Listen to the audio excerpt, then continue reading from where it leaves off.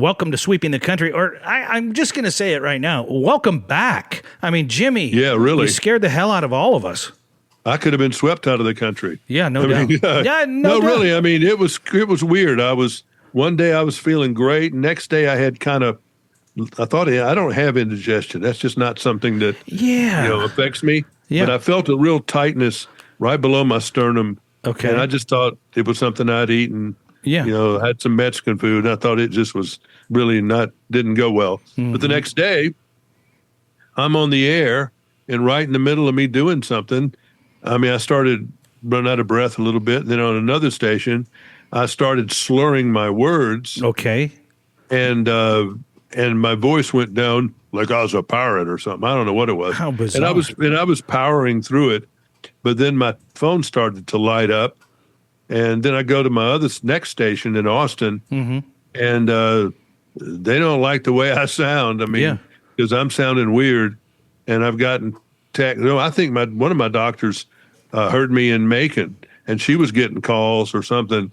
And so get him to the hospital because they thought I was having a stroke. Oof, boy. And so I went and, we went to the hospital. Mm-hmm. And when you go in there and you say you think you're having a stroke, they've got protocols they've got to do just by the rules.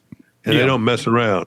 So they got me in there pretty quick and within 5 minutes, and then did vitals and then got me into a CAT scan. Okay. To see what was going on. And I was not having a stroke. I did have pneumonia. So, and the pneumonia was, in one lung was pretty bad, I guess. Mm-hmm. And so they, we started giving me drugs and doing all the stuff you do for that. Let me ask you really quick. Was it oxygen deprivation that was causing?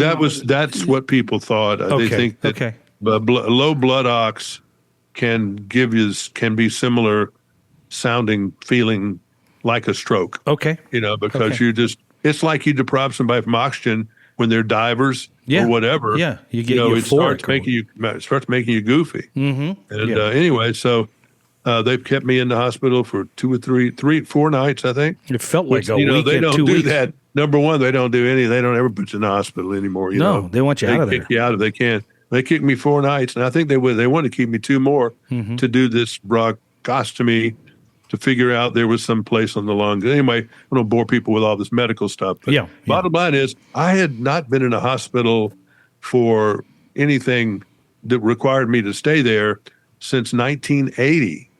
That is 46 I had not been years. Sick. I had not been sick, I'd had a sprained ankle that had to go to the ER. I think I had some kind of one other thing that required me to go to the ER, but it all got dealt with and I went home. I'm going to ask you a kind of a weird question because I know we're talking about your condition and how you're feeling and all that kind of stuff, but I got to ask you this because I did some hospital time too. So we both have done some time.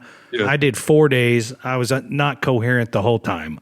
Mine was a different thing, but what's your overall, and I know you went to a great hospital, but what was your overall take on the stay and medicine and the state of the hospital is not a hotel. Mm-hmm. It is not a place you go to rest. That's true. That's for sure. That's true. I mean, they're picking and prodding you every couple of hours and giving me shots and just, all kinds of stuff. I mean, and some of it was preventative. I think I got a shot in the stomach one time, although it didn't hurt.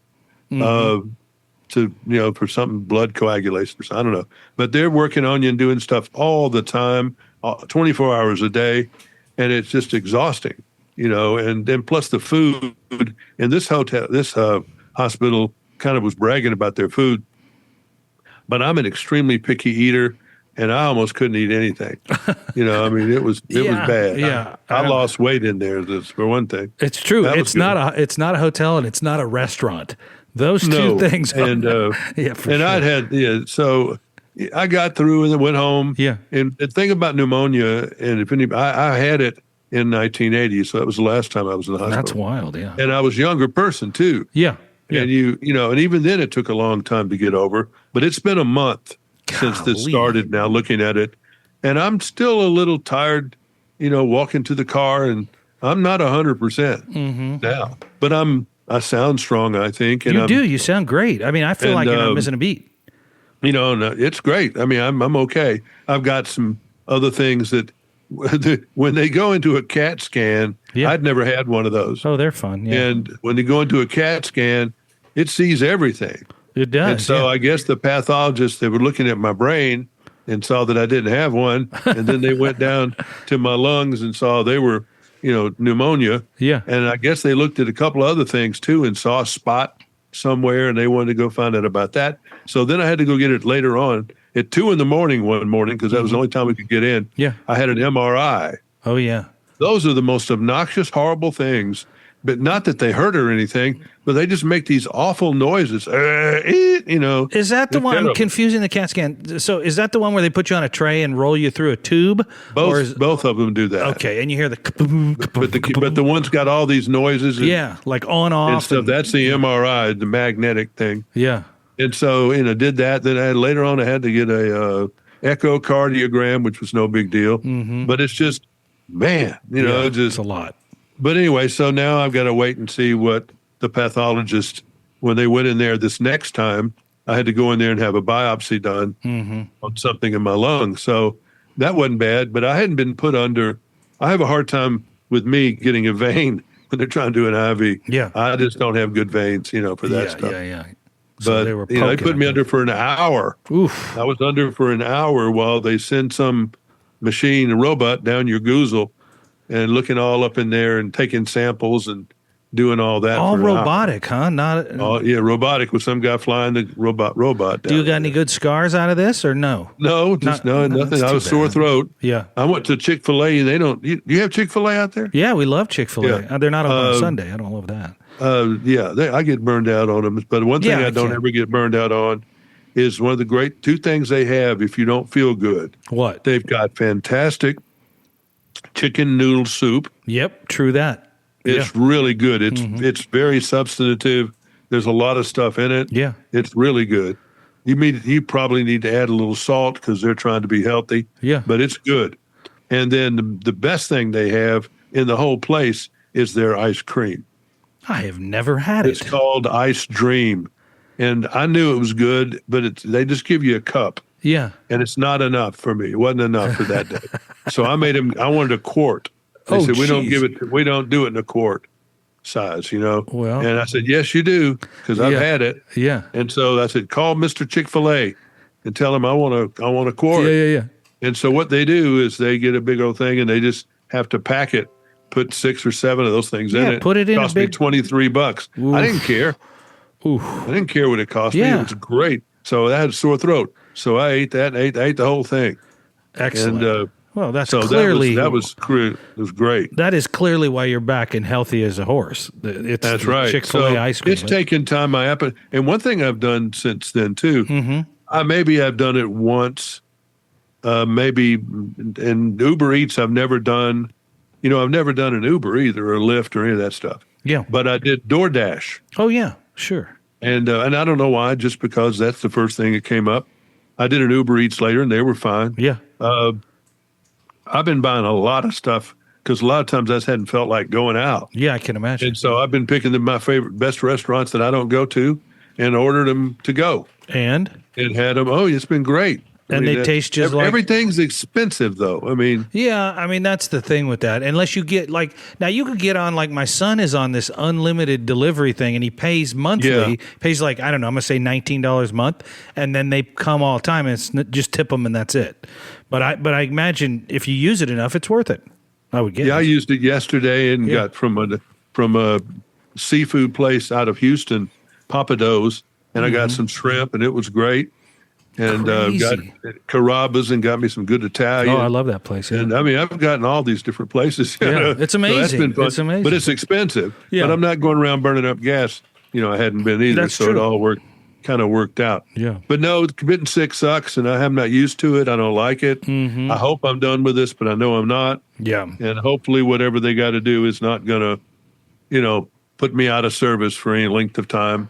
whatever it is they want to do. So, well, I can tell you this. I mean, you were in pretty bad shape the last time we talked, which was in between all this, right? In the middle of it all, you look fantastic. You're a testament to modern medicine. For everybody that complains about it, I think just got to pray that that the medicine works. And if the antibiotics, who some people overuse, if that doesn't work, you're up the creek. Yeah, which is and luckily they heavily did all the stuff they were going to do, heavy antibiotics. It got it out of there. But you don't who knows where I got it from? I don't know. You don't take a lot of antibiotics in general, do you? No, I mean, I've got upper respiratory stuff every once in a while, but I haven't had it lately. Yeah. And I've got allergies. Mm-hmm. But this worked, and thank God it worked. Yeah. But it's a long recovery from pneumonia. I don't know how in the world I got it, but I know what I think I did. Yeah. That long road trip I did. Well, now I feel guilty. Was very physically difficult. I mean, I didn't know it at the time, but I did, 95% of the driving. Ted would have, but it just didn't. Yeah. Never the deal. So I 5,000 miles or whatever it was that we did. Yeah. I think it wore me down because a week or so later, I did another 1,000-something miles. I remember you going to Virginia, Washington, back to back. Yeah, and I did some stuff and just a lot of other. I did a lot in that 3 or 4 week period, and I think it ran me down. Plus, I exposed myself to every germ in North America. Yeah, didn't you even fly? You did some flying everywhere from Las Vegas to, wherever else I was. Yeah. And so I don't know. Yeah, well, welcome back. You never know where you get these things from, but you get them, and hopefully I won't. I'm going slow, and I'm going to deal with whatever it is that comes up on this next thing, and move on.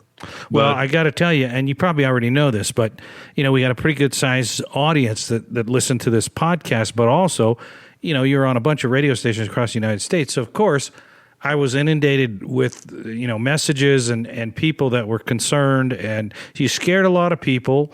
You have a lot of fans. I don't know if you know how many fans you got, which I would also consider a lot of them, friends, because they tune in all the time, whether it's radio or podcast. Yeah. And so, you definitely. No, people were really good to me during this thing. You sometimes don't know. Yeah. About your friends. Yeah, well, you do. You don't need your friends until you need your friends. But yeah. It was great. Yeah. It was that part of it, was very nice. Yeah, I have to agree. And I enjoyed, keeping people up to date as much as I could. But one thing I've tried, I had to watch a lot of TV. Yeah. How was that? And I had to watch a lot of news. Yeah. And this whole Iran thing is such a mess. It is. And I think it's aging Trump. I really do. I think he is.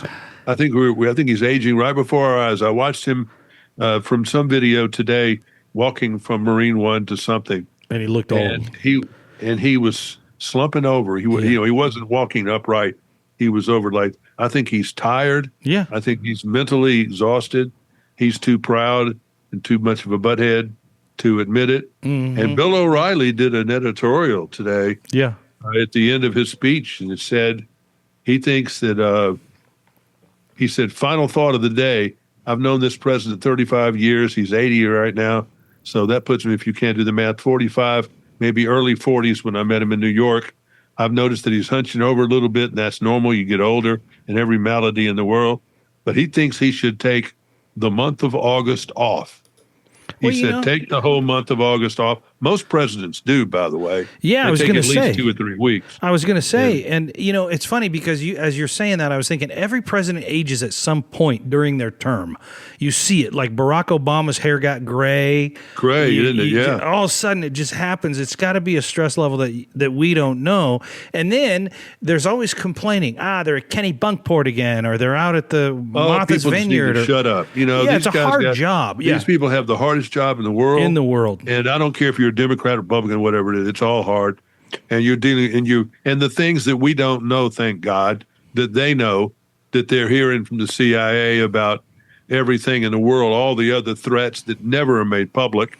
Yeah, And right. it's a hell job. It really is. Why anybody wants it, I don't know. I don't either. But- And I know I look at Trump especially because, he's been one of those presidents that gets a lot of backlash from the other side of the aisle, which is neither here nor there. Everybody does, but he seems to get just whipped down, and I don't know how to even explain it, but he has such thick skin. But I think we finally seen a little crack, right? Down at 30% popularity. Yeah. And that's the baseline for him, because I've always said 30% hate him.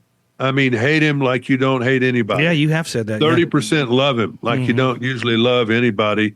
And then the other 33 or 5%, 30, maybe a close to 40, are somebody that's on one issue, they're for one side, and one issue, they're another. And that's sometimes mostly where I am, honestly. I mean, I agree with things. I don't agree with things. But some people on the left and the far right, doesn't matter what he does. The people in that 30% on the far left, the old joke is, Trump could announce a cure for cancer and they'd hate it. They'd be against it. Yeah. Because that's just, they're against everything. And they lose credibility. Yeah. Because they're everything. And then all the people that say that Trump can't do any wrong, and if you ever say anything bad about him, they get so crazy. Yeah. Oh, they get nuts because you can't say anything bad about Trump. That's a stupid opinion as well. Yes. And the people in the middle, we're just trying to find where we're supposed to go. But I've certainly, that job, I mean, he works harder than any president that I've ever seen publicly. Yeah, he looks like he does. Yeah, no question. He seems to, and I don't think he sleeps a lot, and he's not going to parties and stuff all the time. I mean, it sounds like he's working. But I think this Iran thing has been such a.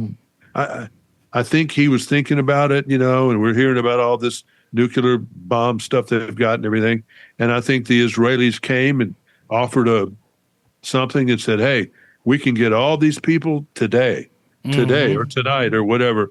And this is the Mossad has found this. We've been doing this. We've been chasing these folks. They're all having a meeting. We can get them all at one time. This is not going to happen again. This is an opportunity. We got to do it. And of course, it's going to cause trouble. But whatever we do, we can get in and out of there, in a couple of days, a week at the most. And I'm pretty sure that's what he was told. And I'm pretty sure that's why he agreed with it.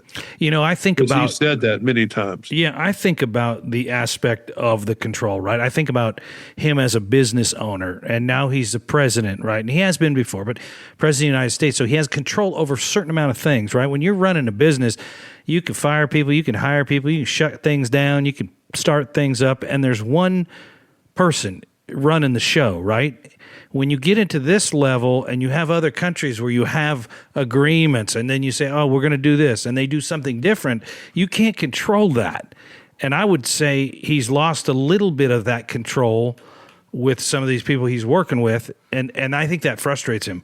I think he, that's, don't do that. What are you doing? We're going down this way, and you went that way. And I don't know, but that's just my take on it. This has been a very revealing skirmish between, the one thing he's done, and this has been concerning, and I think that's just how he deals with things, but how many times have you heard him say, we have decimated the military, we sunk the Navy? Yeah, over and over. Yeah, over when they're shooting bombs left and right, and we're going to obliterate them. And killing our service people. So obviously, I don't understand what that's all about. I don't either. But it's just been bad. And we've learned so many things about war that it's changed. Ukraine has helped a little bit of this. Oh, it's been the Ukraine and Russia going at it. If it's true that Russia's losing 30,000 people a month, they're going to be out of amazing. Yeah, they're going. But we're not getting these stories because the national media is not covering Ukraine anymore.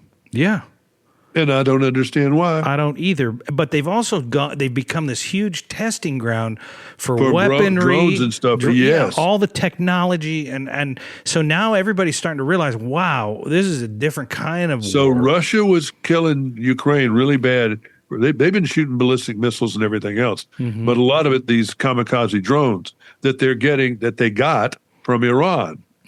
So Ukraine and the United States both have gotten some of these drones, some of them that have been duds, and reversed engineered, and we built our own. Ukraine's building their own, and they're flying them all the way to Moscow. Yeah, and blowing up stuff. Yeah. So that's got to have them in a double wad. Mm-hmm. And then we've come into this Iran thing. Yeah, I think we tore up all their airplanes. I think we tore up all their big boats, knocked out a lot of their communications. But then, boom, they blocked the Hormuz Strait because they're shooting and stuff, and nobody wants to ride through there. And we keep getting hit by these kamikaze drones that we're totally unprepared to fight. I mean, we're shooting these standoff missiles at them, at a $500,000 a pop, or $100,000 a pop, or $1 million a pop for all these things. Yeah, and we've shot a lot, and we've worn down our stocks, and we've got people working, 3 shifts at some of these bomb making companies to get that back. And we've realized this is not smart. We're using $1 million bombs to shoot a $5,000 weapon. So that's changing warfare huge. And I know that there are anti-drone things in the pipeline and everything else. Yeah, I mean, AI soldiers are in the pipeline. Oh, yeah. All of that. There's a thing called Farnsworth Air Show, Farnsworth deal. And it's where a lot of military weapons are sold and everything. And it's going on now in England. And, man, you see them all making deals for all this stuff. And they've all seen what's happened over there with the drones going into those Gulf states, Bahrain, Saudi Arabia, all of them, Jordan.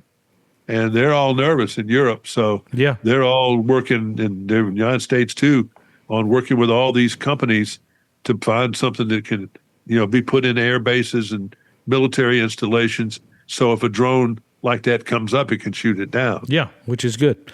And so, no, it's kind of the way, over the years, they test in the desert and they do stuff like that. But there's a whole testing ground, and we're watching. This is real testing. We're watching it play out, and as it does, we're realizing that the smaller country, Ukraine, can put up a fight. With this new technology. So but at the end of the day, though, I'm sorry. I know. At the end of the day, Russia's going to nuke them. Well, if they get too close, and if they get too far into it, and I hate to even go down this path, but you just made me. When you just said that, I think about that with Iran. I think how far has this got to go before somebody? Well, puts Iran their foot doesn't have anything to nuke us with, or they would have tried. Well, I mean, the other way around. I mean, we're not going to mess. Again, this whole thing has been done very similar to how we did Vietnam. Yes, not quite. I mean, it's just we're pinpricking things. We're spending all this money shooting these missiles from planes. Yeah, at these rocket launchers and communication towers and stuff like that. Yeah. Now, in the next 7 days, there is a lot of potential that Trump, because of these military people who've gotten killed, he wants revenge. And what I understand, a lot of planes that have been taken back to the United States have been sent back over. So he's not going to let up. Refuelers and stuff. Well, we've got to. I think he did something on social media either today or yesterday that said, if you shoot for every time you shoot at a boat in the Strait of Hormuz, we're going to blow up one of your power stations or water purification plants or one of those things. And he's threatened them with them. I've said long ago, the only thing these people understand is brute power and force. Yeah. They're not, we have decades and decades of history to prove that. So we get our big bombers, the B-52s, and we drop a big couple of plane loads on the outskirts of town where nobody gets killed. It just makes a lot of noise and scares the crap out of them. Yeah, and the next load is coming into town. So we better stop all this foolishness, or we really are going to blow you up. I hope that would work with them, but I just feel like their mindset is die trying. Well, I also think that China and Russia might be protecting them too. Yeah, there's some might be saying, "Don't you do that? If you do that to them, you're doing it to us, and we're going to defend it." Yeah. And so just don't know. And then you've got the lily white people over in Europe that have not wanted to be involved because they've been so blinded toward a lot of things in the Middle East over the last 20, 30 years. we've got Spanish people in this country that we've been inundated by. They have Africans and Middle Easterns people. You go to Norway and some of these places, it's way out of control. And like the parliament in London, the city is way out of whack, with all this immigration. And that was going on. I mean, this is my wife went to school in England. This was going on then. She went to college. I don't want to say how old she is, but she's close to 100. But it's been going on. Yeah, it's been going on a while, but it really got out of control last 20 or 30 years. And they don't just, they're all in their own neighborhoods, and it's just bad. And France has got the same problem. When they have something, they get mad, they get out in the street and start burning stuff, and it's just.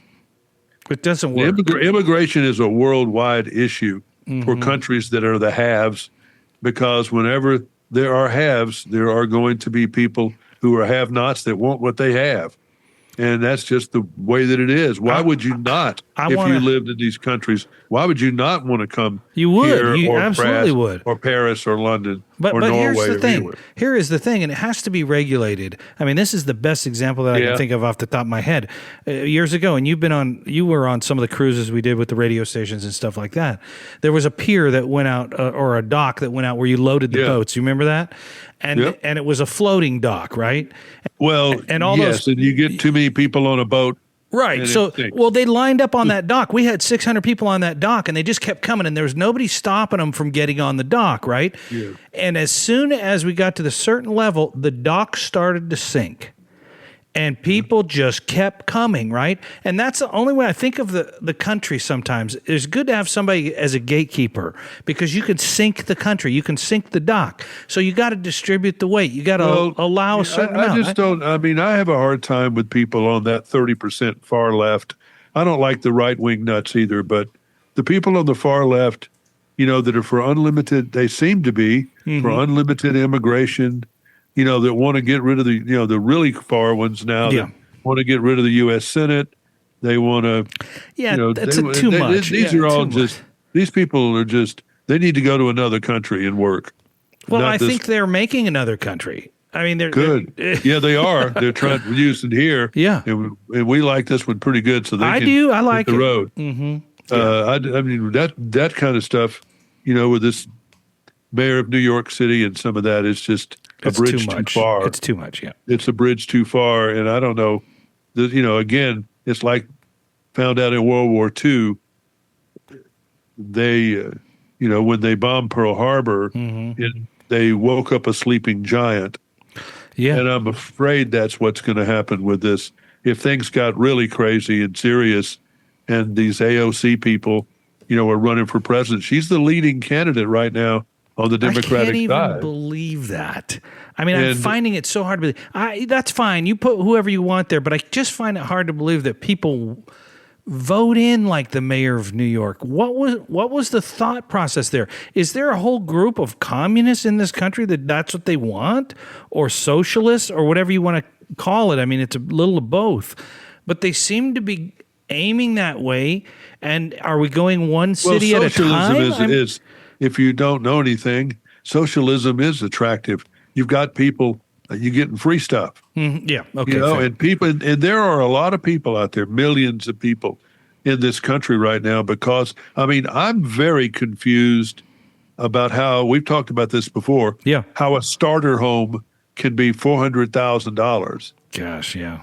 I don't understand how what country am I living in where this has happened? Yeah. And how did that happen? And then all the other things that are going on, things are so expensive.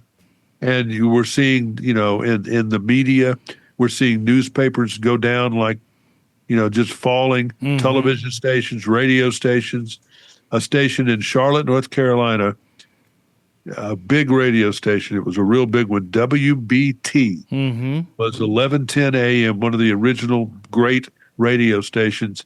They recently cut it off and sold the transmitter site. Wow. And that's where we are on a lot of AM, particularly radio stations. Well, and so things change. We change.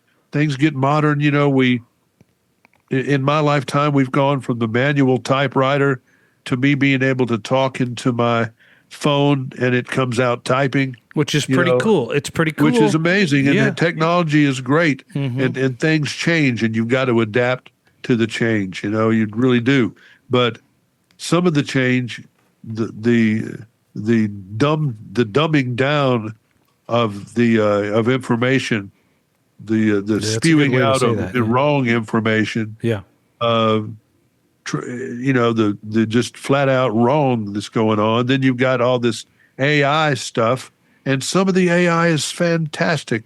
Some of it, but even Chat GPT says in a real little writing, some of the information we give you is not true. I've had to. Hell, we believe it. But then you don't give it to us if it's not true. I agree. You just brought something up interesting. I was using it the other day for something, and I said, well, wait a second. I said, wouldn't it be better to do this? Oh, yes. Thank you for correcting me. And I've corrected it a few times myself when they've told me that so-and-so, I think they told me that Led Zeppelin only played one concert in Alabama and it was in Birmingham. And I said, well, that's not true because I went to the one in Tuscaloosa. And then he wrote back after he thought of, we stand corrected. They played the Right, exactly. It's wrong a fair amount. I mean, it really is. Yeah. And so, but people don't know. They don't know. They just take the first thing that comes from them. Yeah. And, this AI thing is just, and I don't understand all these data centers and what they're doing. And, I think that some of the stuff is, we're getting is false information because China's trying to win that battle so they can win AI for the world. Yeah. Not America. I don't think you're wrong about that. There's just a lot of stuff, and this is what we need. We need good journalism. We need the truth. Yeah, we do. And all this stuff where these newspapers have taken sides, where they've taken the side or not against, this crazy socialism stuff. And I understand they're not wanting to back, the 30% that just has got right-wing kookiness going on, but why they have not resisted the 30% that are the left-wing kooks, that's their downfall, really. Because the 30% on the right, if you're not telling the truth and it looks like you're supporting the far left, they're going to do away with you, and they've done that. Yeah. And then you've got your independent people that don't know what to do. So it's interesting. It's interesting. I just don't, you don't know where this card game is going to end. Boy, isn't that the truth? And there's so many subjects too, and so many subjects. So yeah, you were talking about earlier about Trump aging and the job being difficult. But if you really think right now, the presidency job is a never-ending job. You never finish a task, right? It's always going. It's always going. And that's almost how life is becoming to a certain extent. There's so much information. There's always a follow-up. There's always another problem. There's always another story. Something else has happened over here. We don't get any downtime. The philosophy from the people that are the political brains behind the Trump administration, their whole deal was to flood the zone. That was their philosophy. Yeah. Is put out so many different stories about so many different things that the media can't focus.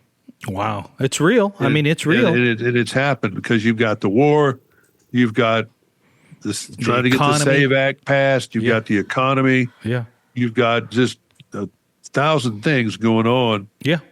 And this ICE thing has really been a big distraction on the negative side. Sure. Because they didn't do what they say they were going to do. I can't imagine even the 30% of the cuckoo squad would not want rapists, murderers, and that kind of stuff shipped away, dealt with, done something with if they're on the street. Yeah, of course I agree. They want that. Yeah. But to get to the lady who's cleaning your house or the worker that's putting in brick at a new construction, going out and hassling them, I don't think that's what anybody wanted to do. Now, a few people did. Yeah. Definitely few. But I don't think a majority or even close to that wanted to do that. Well, it's the same thing as Doge, Jimmy. You started digging into some of that fraud and where the money was going, and all of a sudden now, wow, we don't want to discover all that. We were going to hold on to that. Nobody's going to look into that. We're going to disband Doge, when everybody at the beginning wanted to lean down the government. We wanted to trim the fat, and here we go. But, some of the fat is like, well, number one, you're trimming the fat in a place like meat inspection or FDA searching. Well, they don't seem to be doing anything, until they do something. Right. That's we all the have deal. E. It's like coli. the fire department. Oh, these guys just sit around, Yeah. and cook out until you need them. Mm-hmm. And that's just, it's just the dim-wittedness of a lot of the public. Yeah. They don't understand that. That's why you have to have people who are sharp, who are leading us.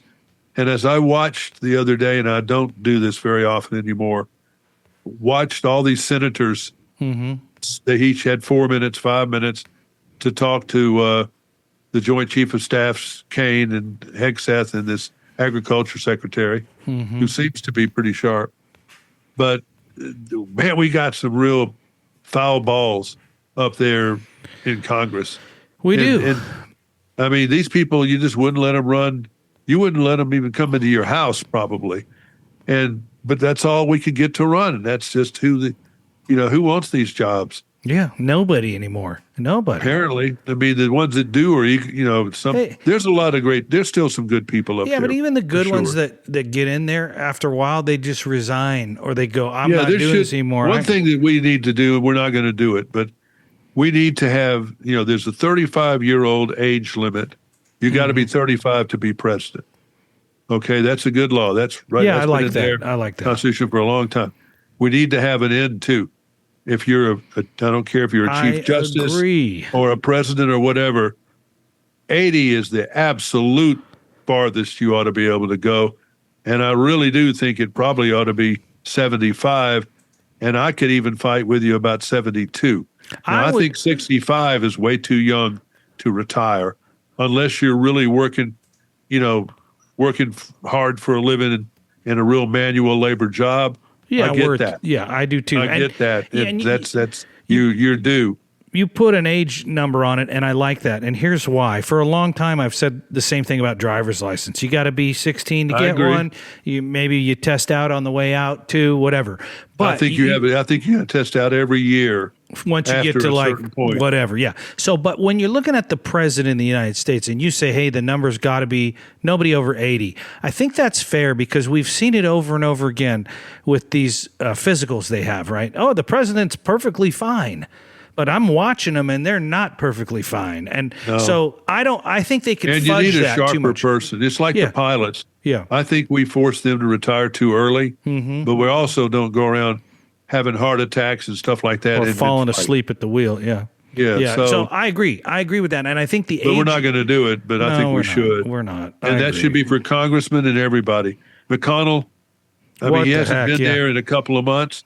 And what stunts he pulling right now? I don't know. He's leaving anyway in January. Resign. Let somebody else do it. But now they can't get half the stuff they want to get done because Lindsey, his sister now is in there. Yeah. And she's going to run for the office. That's an interesting development. Yeah. But everybody comes to the same conclusion. They're like, oh, well, they should have been more forthcoming with their health. Okay, but just put a number on it and you don't have to worry about it, right? It's whatever it is. I don't care. Or if you're out for like a lot of months. Yeah. I mean, some committee or somebody needs to vote of whether you need to give the job up. Resign or whatever. Yeah. No, I don't disagree with any of that. I think it's wise. It's a good way to end this conversation because to me, it's something for people to think about, Jimmy. And I think about it. I mean, all of us. I mean, the driver's license, the whatever it is, the political office, all of these things, right? Everything has an expiration point, whether it's your milk in the refrigerator or whatever. Yeah. So, I mean, we do. And, if it mission critical jobs like pilots. Yes. And politicians, even people that are running the show, they need to be sharp. They need to be strong. And I think Trump's a superhero because he's not a normal 80-year-old man for sure. But we'll live with this. He's got 2 more years. Yeah. But I think it's, Yeah, it's the same trip we went on with Biden. If we get into that. And I don't want to keep doing that. So you're right. Let's set a number. Until next week when we do it all again, because you'll be back healthy as could be. I mean, wow, so glad to have you back. And I know everybody listening is too. And we'll do it all again next week. I'm Derek Walker. He is. I'm Jimmy Carter. Good day. Good day.